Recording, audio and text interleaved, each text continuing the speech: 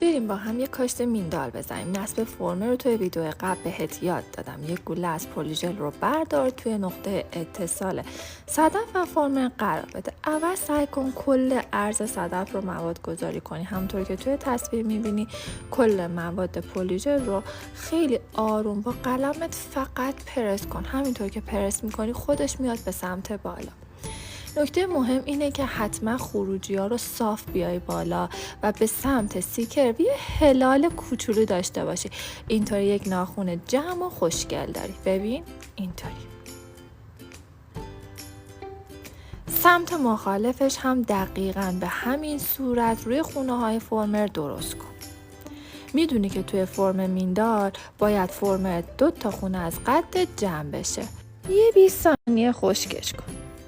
بعد از اینکه خشکش کردی از پینچ استفاده کن و دقیقاً توی دیواره ها قرارش بده.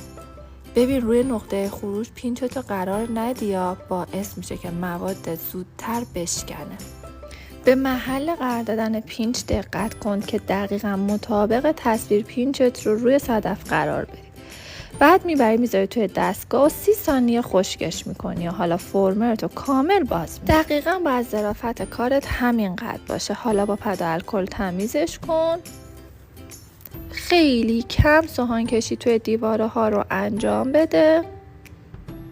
توی قسمت سیکر توی زاویه 35 درجه سوهان کشید رو انجام بده و فرم اصلیت رو در بیار.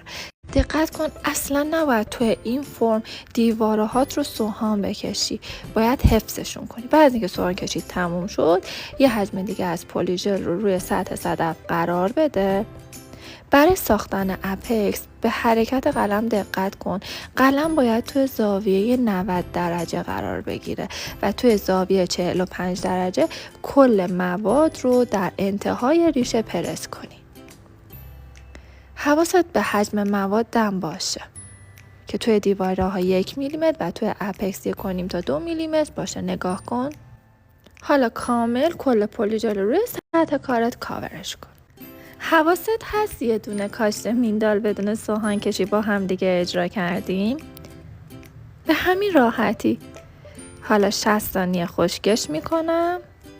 با پد و الکل تمیزش میکنم. یه روتوش توی ناحیه سیکر و دیواره ها. یه بافر خیلی نرم روی سطح میکشم و در نهایت با یه سرسوهان کاجی فقط یه دورگیری ریز انجام میدم. به همین راحتی تموم شد. نکات کپشن رو از دست نده. ویدیو رو سیو کن تا گمش نکنی.